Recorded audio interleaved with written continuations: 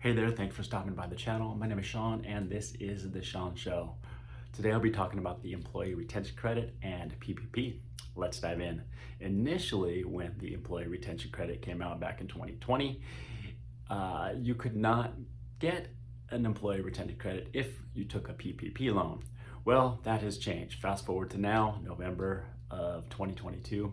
If you took a PPP loan in the past, you can potentially get an employee retention credit, which is basically $26,000 per W-2 employee that you kept on during the COVID pandemic of 2020 and 2021.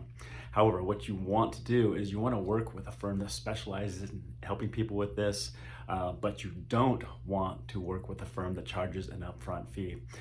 Check the description down below to find out who we work with. They're the best in the business and they've done thousands of employee retention credits. Take care.